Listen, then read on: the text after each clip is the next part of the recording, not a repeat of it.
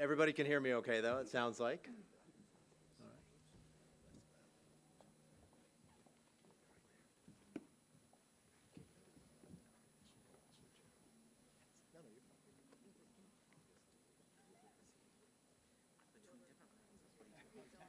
Surrounding the Ways and Means chair. I love it. Staging a coup.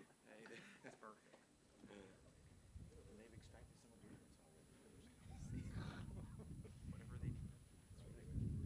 We're good. Great. Good afternoon, everybody. Thank you so much for being here with us today. My name is David Trulio, and I'm the new president and CEO of the Ronald Reagan Presidential Foundation and Institute.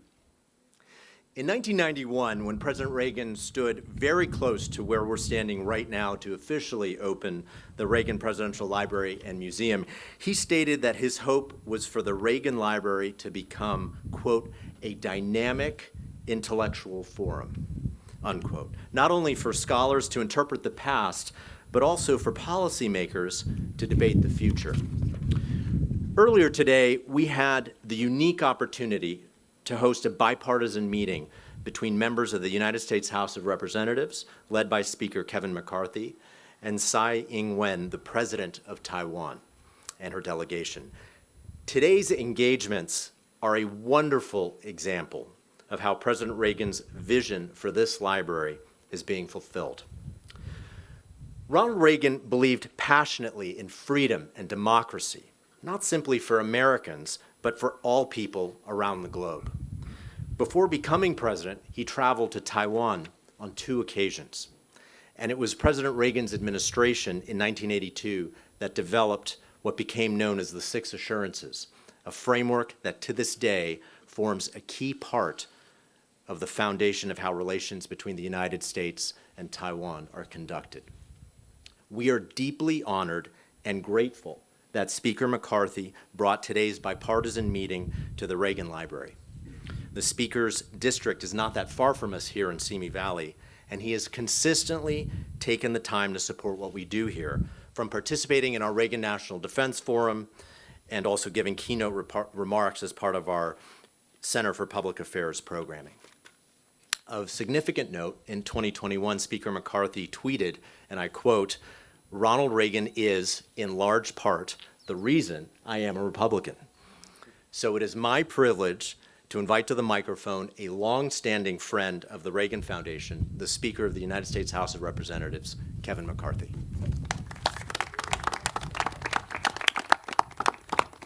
Thank you, David. And he's 1 week on the job, and he already brought us together. Bipartisan. Well done. Look forward to much more greatness there. No better place to be seated today. And to the members behind me, thank you for coming. And if you notice, it's not members of one party. We're here united together in a very important issue. I want to thank all of you for being here as well. It's great to be joined by so many members of both parties at the Reagan Library. And it is a fitting place to have such a discussion, given President Reagan's commitment to the people of Taiwan.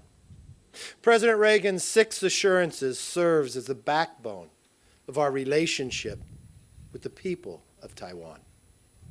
The members here today make clear we take our support for the people of Taiwan seriously and are determined to speak with one voice. The relationship between the people of the United States and Taiwan have never been stronger in my lifetime. We had a very productive discussion with the president of Taiwan today. We covered the crucial ways to further our bonds. Based on our conversations, it's clear that there are several actions are necessary. First, we must continue the arms sales to Taiwan and make sure such sales reach Taiwan on a very timely basis. Second, we must strengthen our economic cooperation, particularly with trade and technology. Third, we must continue to promote our shared values on the world stage. We live in a decisive moment in history and must act with urgency. Tension in the world are at this highest point since the end of the Cold War. As authoritarian leaders seek to use violence and fear to provoke needless conflict. The bond between the people of America and Taiwan is foundational and long-standing. Together, our people have weathered multiple crises and cooperated in important areas of technology, trade, and human rights. America must stay true to our values and remain consistent in our support for the people of Taiwan, who share America's people's desire to live in peace, freedom, and democracy. I felt our meeting today provided a greater peace and stability for the world. America's support for the people of Taiwan will remain resolute, unwavering, and bipartisan. It is my honor to introduce to you the next speaker to come before us, the chairman of the Democratic Party, a fellow colleague from California. And for all those with camera, please take the view behind us, because I don't think California has ever looked so beautiful. Congressman Pete Aguilar.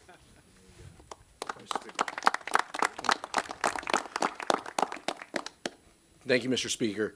I want to thank President Tsai for the meaningful conversation today, and on behalf of the House Democratic Caucus, we offered our continued partnership and cooperation as we seek to grow our economic ties.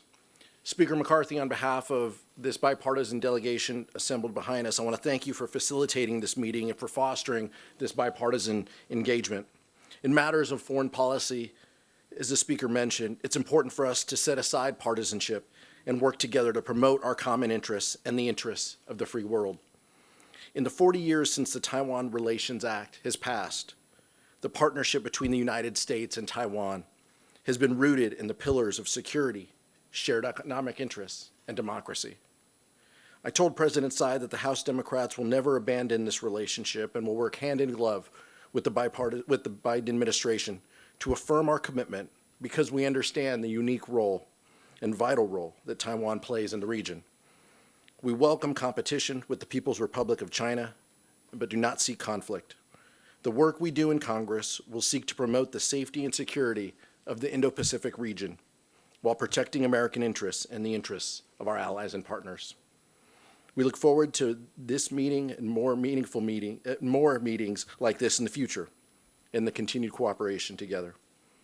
I want to thank the bipartisan nature of this delegation and introduce Chairman Gallagher of the Select Committee of the Strategic Competition of the CCP.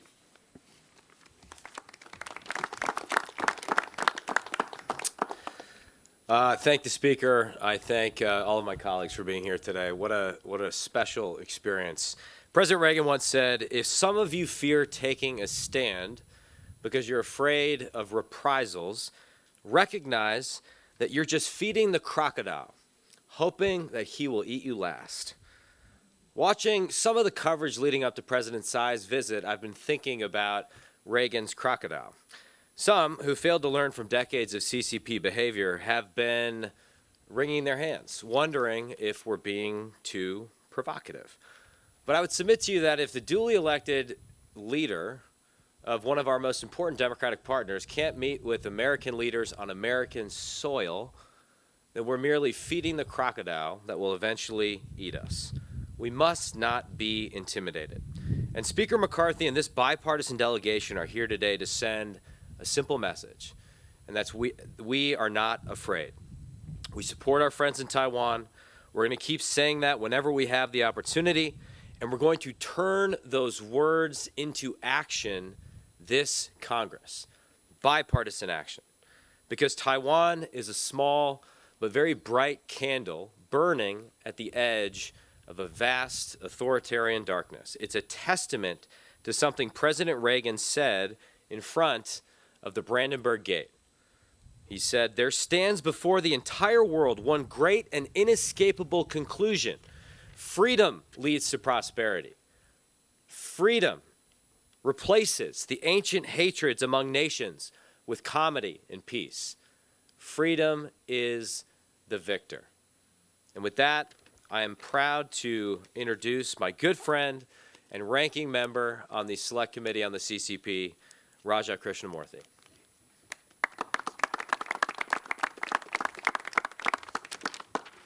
Thank you very much, Chairman. Thank you, Speaker McCarthy, for convening this bipartisan meeting. Thank you, Chairman Aguilar, for leading our House Democratic Caucus, being present. Thank you to all of my fellow members. And of course, thank you to the Reagan Foundation for hosting us in a wonderful visit.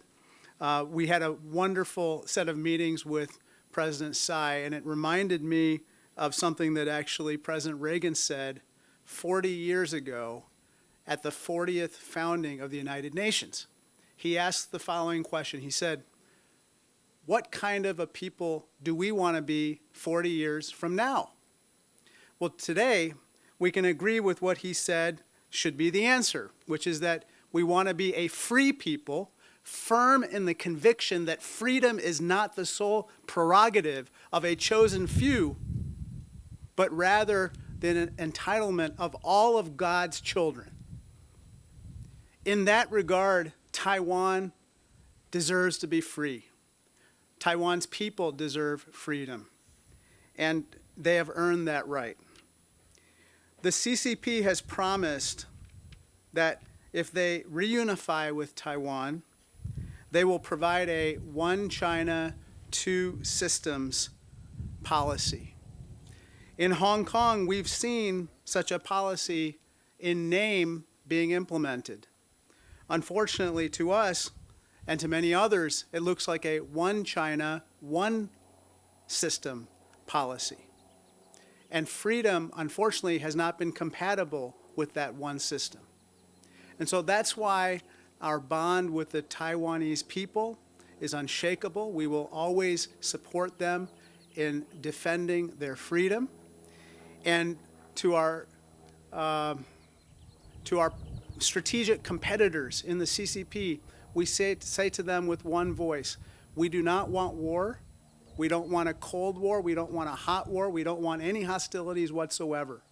We want peace. We are a peace-loving people, but we want a durable peace, and we must deter aggression at all costs.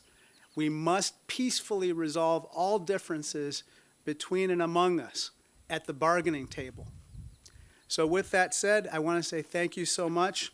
And I want to now welcome Chairman Smith of the Ways and Means Committee to address us. This is such a special day, being at the Reagan Library, but it's a special occasion, and we have to thank Speaker McCarthy for organizing this event and each one of our colleagues that's here, Republicans and Democrats. It shows how important this is to our nation and how important it is to Congress, that we were able to have such a constructive bilateral conversation with the President of Taiwan, talking about our relationship from an economic perspective, but also from a security perspective, and the results of how we can continue to partner and work together moving forward.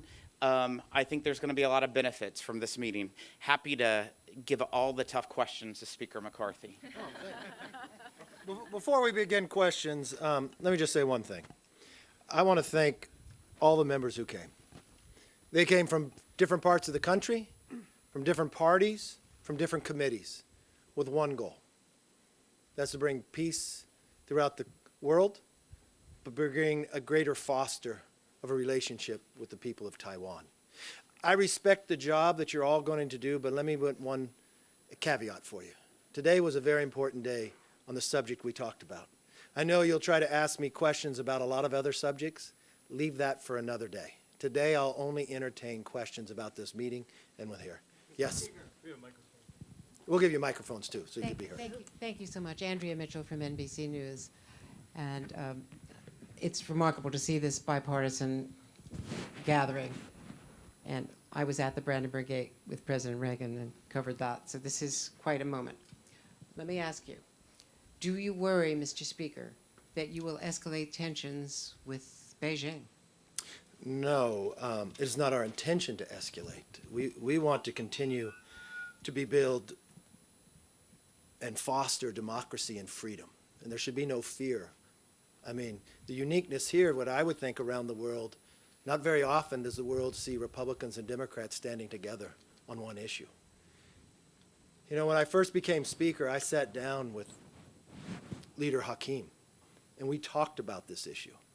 And I said, I think some of the challenges that we have had with China have been part of the challenges that America has not spoken with one voice. We may have given conflicting views from going from administration to administration.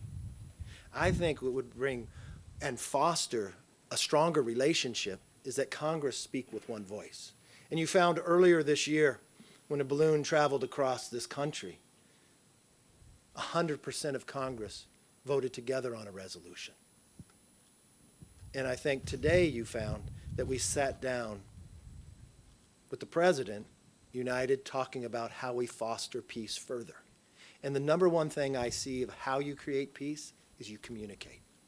You communicate with one another, whether you be foe or friend. And that's something that we see different today. We're also reporting that the balloon did gather intelligence, what the administration has said. Can you respond to that? From my understanding, that was the purpose of the balloon itself. And I think that's why you found Congress speaking with one voice. It doesn't matter what country that comes from. It should not be allowed to go over our airspace and gather with the technology that it has today, and we'll figure more about that, and there might be ramifications further based upon what the actions were taken. But thank you. Yes. Thank you very much. Thank you, Mr. Speaker. Josh Campbell with CNN. I have a clarification and then a question, if I may. Yesterday in Bakersfield, you did an interview and you described China as a country that is a very important country, was the quote. And I'm just curious, given the sensitivity of that word country, was that purposeful? And then second, I'm just curious, obviously we're here at the Reagan Library. We've heard President Reagan mentioned several times today he was impactful on your career. In a different place and time, when the Soviet Union was the adversary, he was asked what his strategy was, and he said it's simple, we win, they lose. 4 words. I'm wondering, in the modern era, with China increasingly described as an adversary, is that your view as it relates to China? We win, they lose. No, I think when you look to America, the world wins when we have peace. The world wins when we have respect for one another. The world wins when we have more democracy and more freedom. It was only fitting that we had this meeting here. Look, I believe in the 3 communiques. I also believe in the 6 assurances. That has not changed one iota. But I do believe in fostering a greater relationship and sitting here and understanding what the world looks like before Ronald Reagan took power and what the world looked like afterwards. And it wasn't just Reagan, it was other leaders around the world who stood of Lech Wałęsa. There were 2 Germanys. We watched a Margaret Thatcher. We watched those who stood for freedom, stood for democracy, wasn't based upon a party. The world became a safer place. Authoritarian lost. But what I see today around the world is disturbing. And I think that unites. And the one thing I would take pride in as an American, you're watching your lawmakers stand together with both parties, advocating greater democracy, with a plan to help deter any chance of a war in the future. And what we learned from Reagan, peace through strength. Trust but verify. Respect your adversary. We've watched Reagan go when he spoke about the Soviet Union, but he went to the Soviet Union. He built a relationship. And we've watched the changes that could be brought. So, look. Look, I do not change from the 3 communiques, where they are. Yes. Thank you, Mr. Speaker. Alex Michelson from Fox 11. I'm curious, what is it about this issue in particular that is bringing you all together, where on so many other issues there's so much division? And also, just as a bottom line question, what is your message to China, who's threatening retaliation for doing this today? Well, my first message to China, there's no need for retaliation. But the one thing I would say to China, too, at no time, I am the Speaker of the House. There's no place that China is going to tell me and where I can go or who I can speak to, whether you be foe or whether you be friend. I'm not the general manager of the Houston Rockets.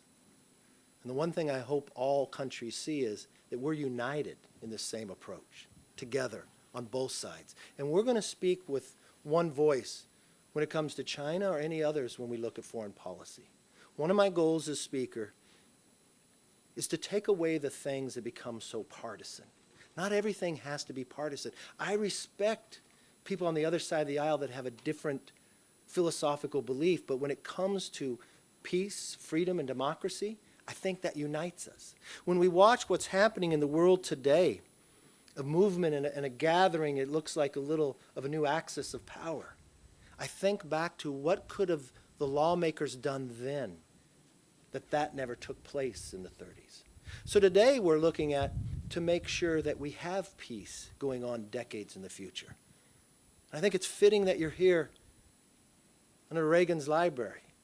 This is what he advocated in a world that was dangerous. He advocated peace, and he found a way to do it. That same place here. So for a China should not fear. A China should engage with us. And I think from a point of view from Congress, I think we have a responsibility to speak with one voice, and we're doing that. And that should be a greater relationship with China, at the same time with Taiwan. Yes. Mr. Speaker, Leslie Liao, Taiwan Plus News. First of all, on behalf of Taiwan's traveling press pool, I would like to thank you for giving us the opportunity for being here. That said, one of the messages that you keep telling us during this press conference is that you will not allow China to dictate where you can and can't go. Just out of my own curiosity, are there any plans for you to come to Taiwan, or is there any desire? I don't have any current plans, but that doesn't mean I will not go. And if there comes a time that I go, I would not go as one party only. And I would not go for a simple purpose for myself in that basis. And it wouldn't be in an adversarial role or others. But I thought as President Tsai transited through America, it's a unique opportunity to bring that dialogue. And I think the world is a safer place for it. And communication matters, regardless of whether people have differences of opinion. And I think today is going to foster greater peace long term. Yes, sir. Yes. Yes. 40 years ago, President Reagan signed one China policy. Now, 40 years later, on here, are you Congress going to shut down the one China policy? Well, when you talk about one China policy, I think you're confusing which president was involved during that time. That was President Nixon. And we have no difference of opinion. That's continue the three communiques you'd be referring to. Under President Reagan, you'd be talking about the 6 assurances with Taiwan. That is currently American policy, and that is still American policy, and that's the policy that we support here. Yes. I'll go to you next. No, sorry. Thank you, Mr. Speaker. Andrew Desiderio from Punchbowl News. I'm wondering if you could talk about your sense of President Tsai's assessment of how imminent an actual attack or invasion from China might be at this point, and what she specifically asked for from Congress in terms of military assistance, economic assistance, things you guys can do in the NDAA or through the China Select Committee. Thank you. Let me be very clear. We advocate that that day never comes.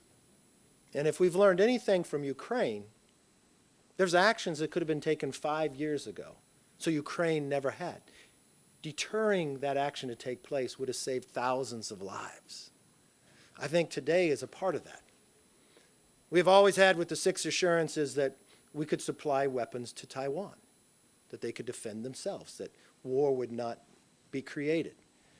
They have purchased a number of weapons from America. Some have been delayed. I think one of the things that we had talked about, how could we speed that up in the process? I think you have a commitment from both sides here to make sure that happens. How can we build more trade, economics? I think that helps along the way as well. I would hope that as lawmakers, our goal is to make sure those days don't happen. And I think we should learn from what's happened in the past. I would take it, and I want to give a lot of credit to Hakeem Jeffries. When I sat down with him when I first became Speaker, we talked about this Select Committee. And the goal of this Select Committee is to speak with one voice. And I have been very impressed with the chairman and the ranking member of how they carried about themselves. And this isn't the only meeting that a number of them are going to do. They're going to go throughout California, meeting in others. And part of the Select Committee is finding places in America so we're not dependent on other countries, be it critical minerals, be it medical. Making America stronger makes the world safer. And that's the unique goal that all of us have, and that's what we're working towards. Yes. Mr. Speaker, you've talked at great length about the importance of the unity of this delegation and the bipartisanship, the bipartisan nature of it. But today, as you're meeting here with the Taiwanese president, Emmanuel Macron, the French president, is in Beijing meeting with Chinese leaders. What do those conflicting messages mean for the strength of this message and for your approach to China? And then if you can comment on yesterday's indictments, that would be great too. Well, first of all, I don't think what Macron's doing is conflicting here. From the same point that I tell China, they cannot tell me who I can meet with. For the same argument that I said, this meeting will foster greater freedoms, right? It's communication. So I think it's great that Macron is meeting in China. I hope he delivers a message not to fund Russia's war in Ukraine. I hope he delivers a message that democracy makes the world safer and stronger. I hope he delivers a message that Americans meeting with President Tsai is positive for the same aspect that he is meeting with President Xi. I've been to China 3 times. I think greater communications between nations are positive. I think trying to show military actions is not. Communications are stronger. And the answer to your second question is no. Yes, ma'am. Thank you. Susanna Lathy with the Washington Free Beacon. You mentioned that one of the topics you discussed was boosting arms sales to Taiwan. What's your plan to do so, considering the White House is signaling reluctance to upset Beijing? And then secondly, are you at all concerned that during Taiwan's next presidential election, a more Beijing-friendly candidate could win? Look, one thing I believe in democracy, and let them have a say in the process and decide who wants to lead them and have an open and honest and fair debate without others advocating inside. I don't get the same approach from this administration. I think this administration, and my communications with them too, see the importance of speeding up the weapon delivery system. So I'm not feeling the same differences based upon your question. And I do believe in the motto of President Reagan, peace through strength, and I think deterring. If I just sit back and I look at what transpired in Ukraine, I remember coming back from Ukraine in 2015 and advocating to sell them javelins. Javelins, a defensive weapon to stop the tanks from coming in. And maybe had that action been taken or others, Russia would not have felt that that was a mode for them to go through and thousands of lives would have been saved. And I think this is no different than what the 6 assurances have said from Reagan, that we would supply Taiwan with weapons, that we didn't set a timeline to the one China. So it's carrying out the exact same policy we have had for decades. And I believe in that motion if we're able to do it. They've already made the sales. It's the delivery of the system. And I think for that same action, if people would have taken that action in Ukraine, the world would be safer. And I think that's an action that we should take. And I believe, I'm not going to put words in anybody's mouth, but with our discussions, I believe that is a bipartisan position. And I would think, I'm not going to speak for the administration, but from my conversations with the administration, that's the same feeling I've had back from them as well. Yes, ma'am. Thank you. I'm Hein from the Taiwan PTS. Speaker, I want will you invite President Tsai to the Congress to get a speech, or any possible to let the Taiwan president visit Washington, D.C.? Thank you. I don't have any invitation out there right now. Today we were able to meet her as she transits through America, and I thought that was very productive. Yes, sir. Hi, Mr. Speaker. Michael Martina from Reuters. President Tsai has just returned from Latin America. Taiwan has been losing allies around the world slowly, including recently Honduras. I'm curious if you think that the United States is doing enough to stop that, if you even think it's the United States' business to step in or say to Taiwan's allies that they should remain with Taiwan. I think that's one of the reasons the president was out communicating with others. I have a fear of some of these nations changing their positions based upon a hope and dream of financial support for some infrastructure. We have found at times when China has done that, those nations have become in a more economic challenging time, maybe a dam not working in Ecuador, maybe becoming under financial burdens. So I truly believe that all nations should look at where it is and make a decision. I wish all nations would make a decision based upon democracy and freedom and peace. If that's the decision at the end of the day, or the determination, I have no fear of where people would make their decision. Yes, sir. Mike Blood with AP. I heard what you said about the weapons and also trade, but are there other areas where you think the administration could be acting more aggressively in toughening policy with China? Also, do you think that the country should specifically commit to the defense of Taiwan should China attempt anything militarily? Look, I know everyone puts these hypotheticals out there. Our goal is that hypothetical never comes to fruition. And what we know through history, the best way to do that is supply the weapons that allow people to deter war. Supply the weapons that people could defend themselves. It is a critical lesson that we learned through Ukraine, that the idea of just sanctions in the future is not going to stop somebody, but deterrent of being able to self-control is going to stop that. Your first part of your question, remind me again what it was? Yes, should the administration be doing more in terms of toughening its policy to China beyond what you mentioned, the arms sales and also trade? Well, the one thing I always believe, you should keep communication going.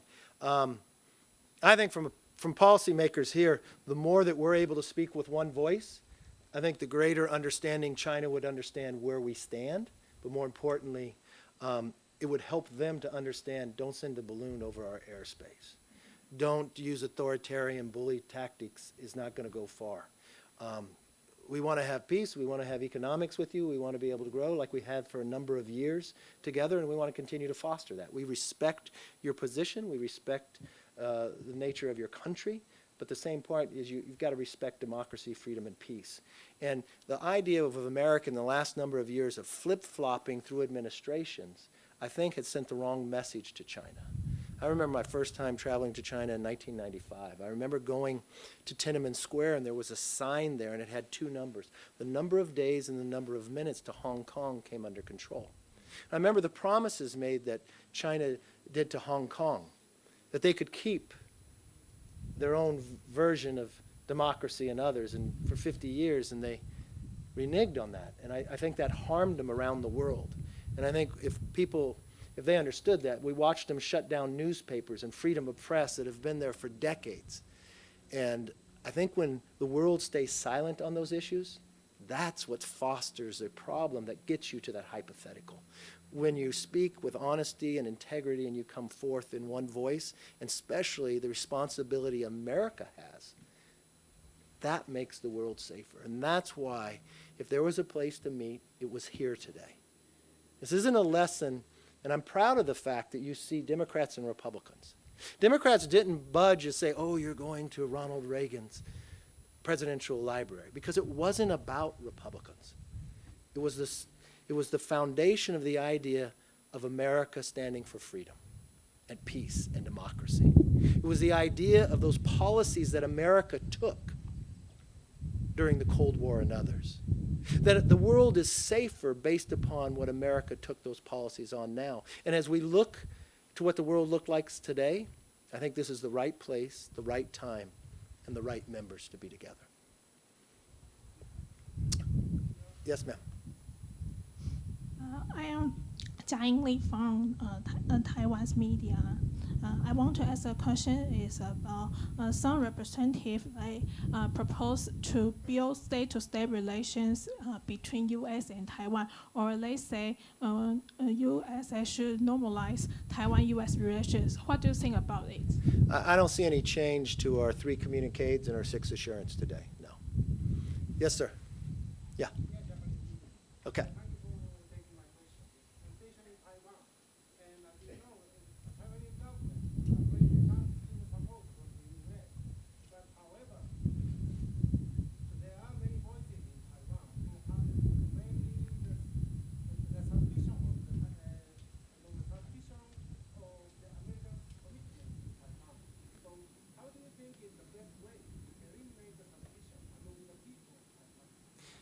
I think when you look today, just fostering greater relationships, I think when you sit here today, sitting at the Reagan Library with the 6 assurances, that continues to build. And what I look to is, I understand the premise of your question, but Our goal here is that we have peace throughout the world, and we understand where the world is today, and I think today helps us foster that further with committing to those 6 assurances of where we go, and I think the world will be safer for it. Yes, ma'am. Thank you. Catherine Hiller from the Financial Times. We've heard a lot about unwavering support for Taiwan today.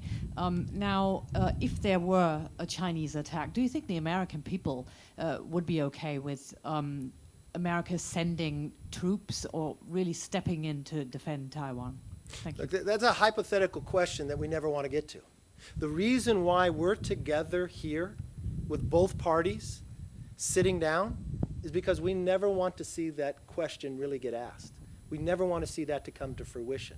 And we understand through history. We understand through the history of what Ronald Reagan would do and others, that day you do not want to have happen. I don't care what side of the aisle you're on. And how do you deter that? You foster a greater relationship about peace, freedom, and democracy. You deter the ability for one side to create war. You stick to the 3 communiques and the 6 assurances. That has fostered peace and grown economics on every side of the aisle, be it Taiwan, be it China, be it America. So that is what we're doing today. So when you look back on history, in a critical time around the world, what did your lawmakers do? They stood up. They built relationships to friend and foe. They deterred the ability for one to foster war against the other. They built economic ties with both. And they fostered a greater relationship for freedom and for peace around the world, because no one wants to get to a hypothetical question she just asked. I thank you for spending your time with us today. I thank the members for spending time here. This won't be our last discussion about this, and we'll continue to foster and grow because it won't all be solved today. But thank you and God bless. Have a very happy Easter.